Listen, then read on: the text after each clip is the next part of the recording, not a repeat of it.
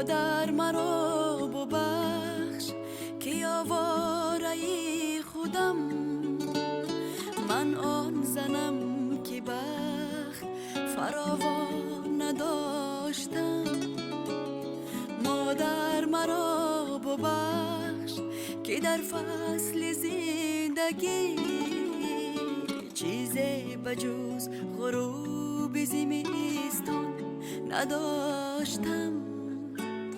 مادر مرا ببخش که از غصه های من در لابلای ثانیه ها خون گریسته ای، از قسمتی سیاه منی غم کشیده ات مانند ابری تیره هامون گریسته ای. مادر مرا ببخش.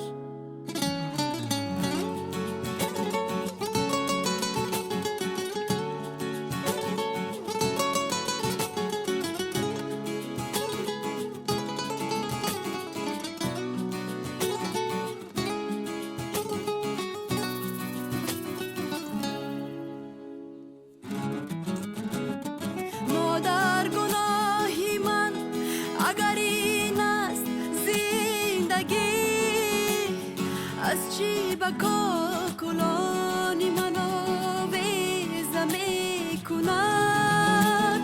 زنگوله های بخت زیبه گانه آمده من را به بخت دزدیم آوازه می کند. از پیش چشم های تو ای مهربان ترین، دوری با دور می روم و دور می شوم، همچون ستاره های درخشان آسمان. از بخت آرمید خودم نور می شوم.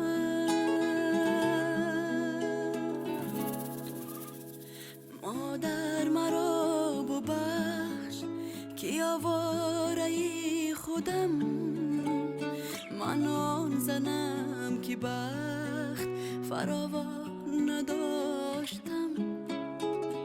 مادر مرا ببخش که در فصل زندگی چیزی بجز غروب زمستان نداشتم.